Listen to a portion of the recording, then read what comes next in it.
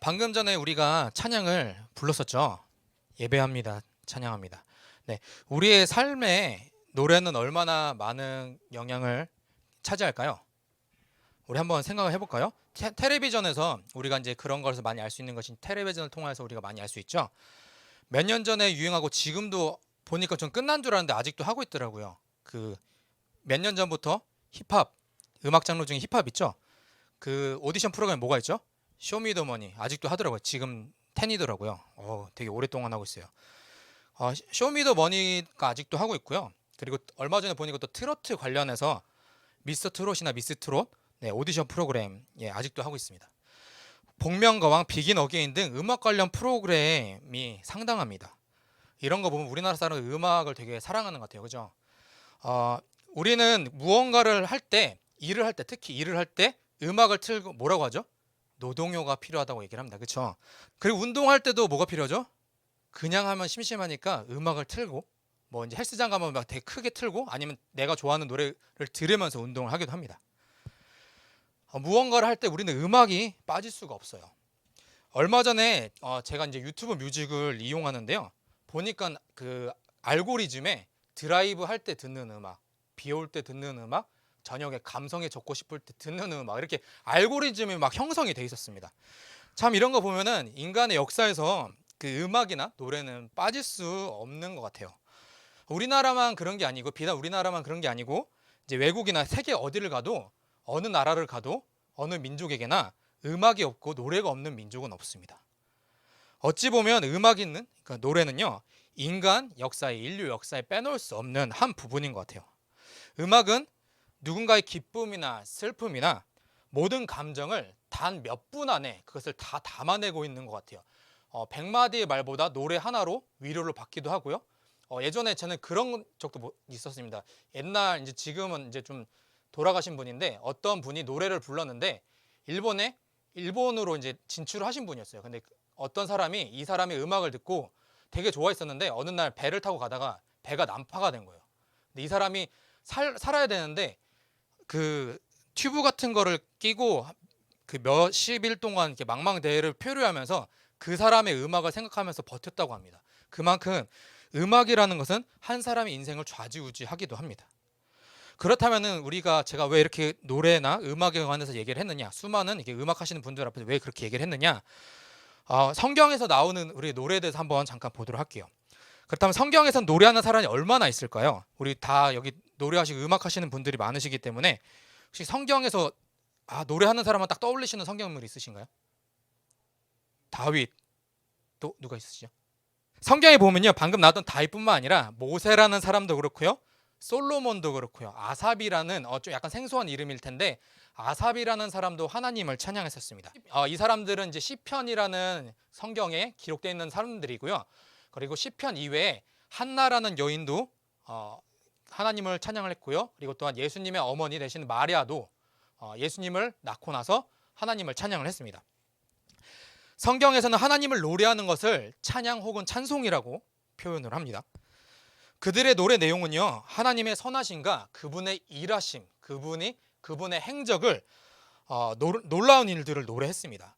인간의 감정이나 생각을 노래로 표현하는 것도 사람들에게 감동을 주기도 하고 한 사람을 살리기도 하는데 하나님을 찬양하는 찬양은 얼마만큼의 놀라운 은혜와 위력을 가지고 있을까요? 큰 감동을 줄까요? 모세라는 사람은 잘 아시죠? 출애굽을 하고 나서 홍해를 건넌 다음에 하나님을 찬양했습니다. 그분이 하신 일, 홍해를 가르신 일, 구원하신 일들을 노래했습니다. 다윗도 우리가 잘 알지만 골리앗을 물리치기 전부터 아버지 양을 돌볼 때부터 노래를 하는 하나님을 찬양하는 사람이었고 자기가 잘 될 때만 하나님을 찬양한 게 아니라 사울이라는 왕이 자신의 목숨을 뺏으려고 쫓아올 때도 너무나 힘든 와중에서도 하나님을 찬양했던 사람이었습니다. 그리고 다윗의 아들 솔로몬도 하나님을 찬양했고요.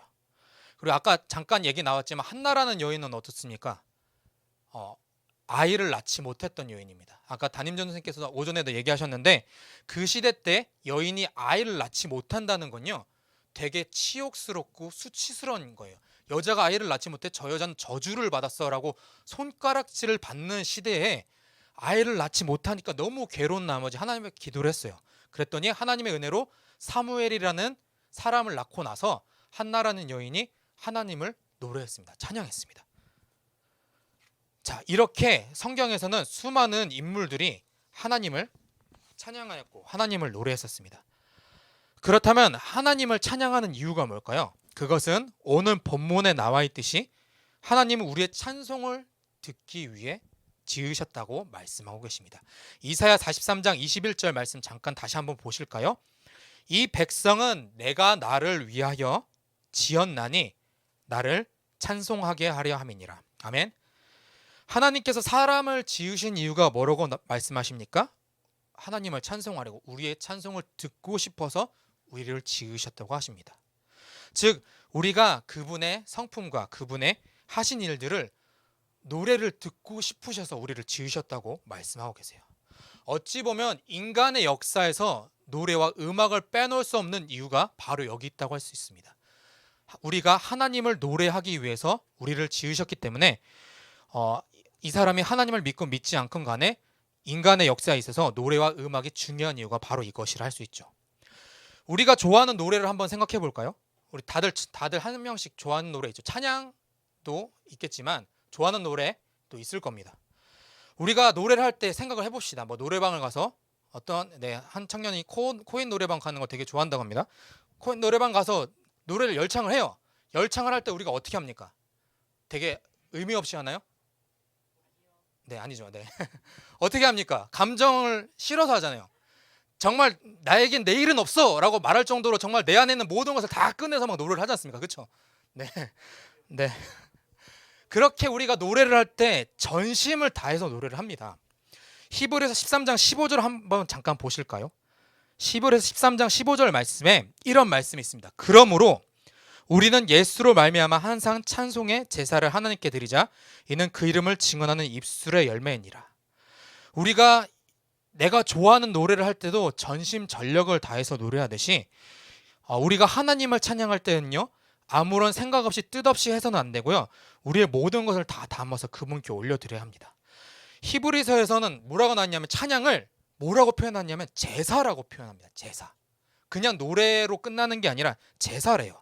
제사는요, 하나님께 드리는 구약시대의 예배입니다. 예배고요.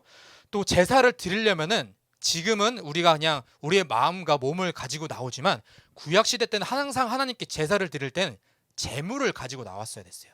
그게 양이 됐던 소가 됐던 비둘기가 됐건 무조건 제물을 가지고 하나님 앞에 나갔어야 됐습니다. 자, 우리가 노래를 부를 때 아까 제가 말씀드렸죠. 혼신을 다해서 내가 좋아하는 노래를 부를 때 생각해 봅시다.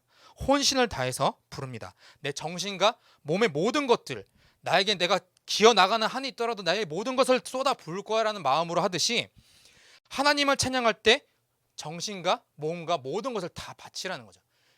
찬양의 제사를 드린다는 것은 제물, 내 자신이 하나님께 제물이 되는 겁니다. 나의 모든 것을 다 바쳐서 드리고, 또한 히브리서에 나와 있듯이 우리의 입술의 열매를 하나님께 드리라고 얘기합니다. 찬양은 우리의 입술의 열매인 것입니다. 시편 103편 1절에 다윗의 시에는 이런 말씀이 있습니다. 내 영혼아 뭐라고요? 여호와를 송축하라. 내 어디 있는 것들아? 속에 있는 것들아 다 그의 이름을 송축하라. 또한 시편 150편 6절 말씀 보시겠습니다. 예전에 진동성 전도사님께서 아침 묵상 때 잠깐 나누셨던 말씀 중에 하나인데요.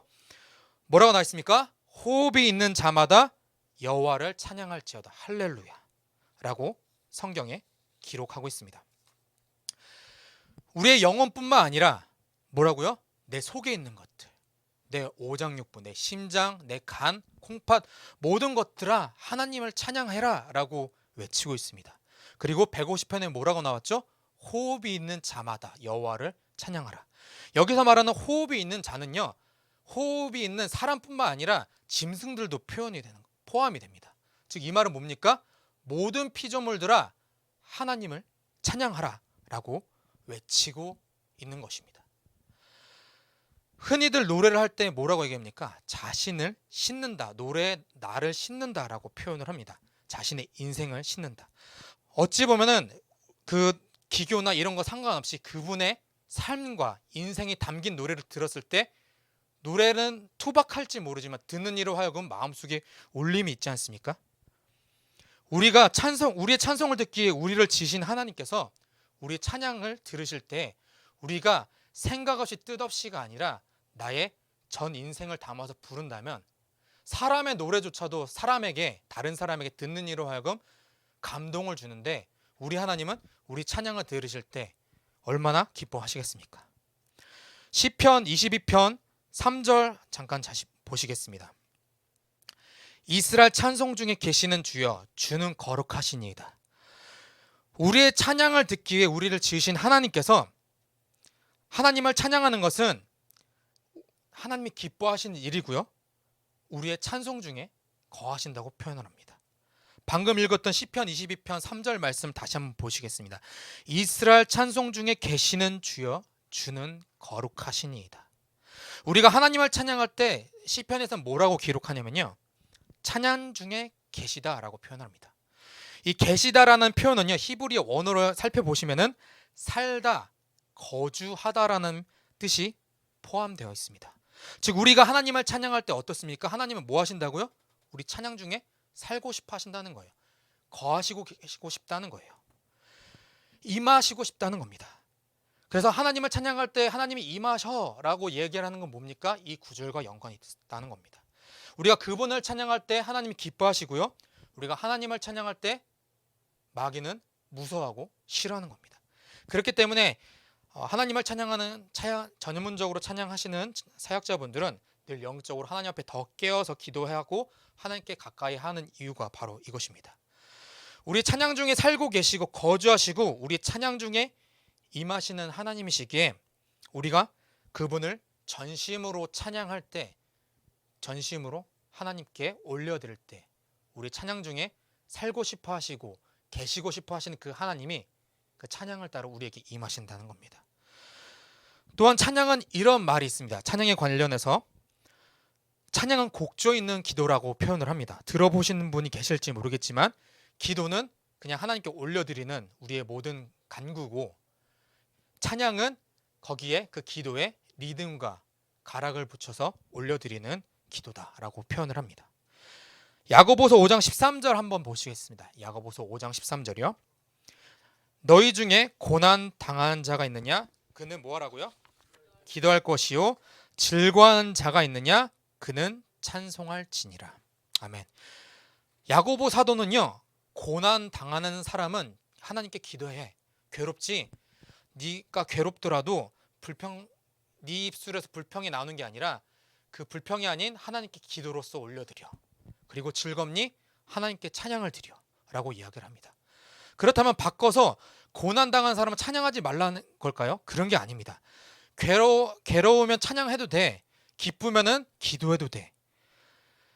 네가 괴롭건 괴롭지 않건 어떻든지 간에 찬양을 드리건 기도를 하건 그것을 하나님께 올려드려라는 의미로 얘기하는 겁니다. 이것은요. 바울과 실라라는 사람이 전도를 하다가 억울하게 감옥에 갇혔습니다. 사도행전 16장 25절에 보면 이런 말씀이 있습니다. 한밤중에 바울과 실라가 기도하고 하나님을 찬송하며 죄수들이 듣더라.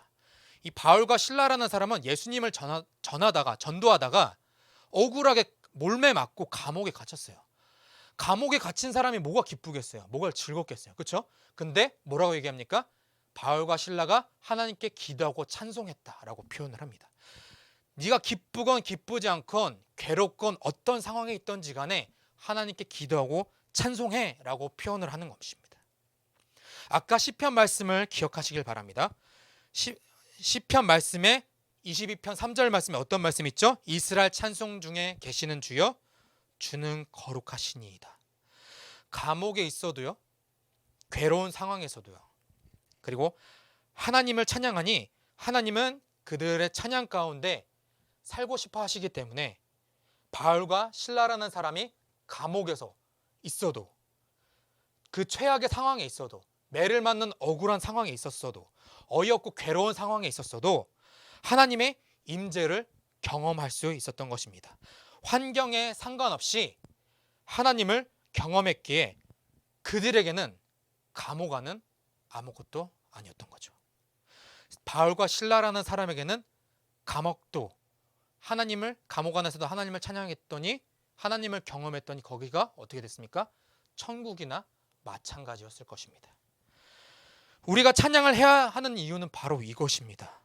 우리의 찬양을 듣기 위해 우리를 지으셨고 하나님을 높이고 우리의 찬양 가운데 살고 싶어 하시는 그 하나님이 우리가 찬양을 할 때 우리에게 다가오시는 분이시기 때문에 우리가 그분을 찬양해야 되는 것입니다.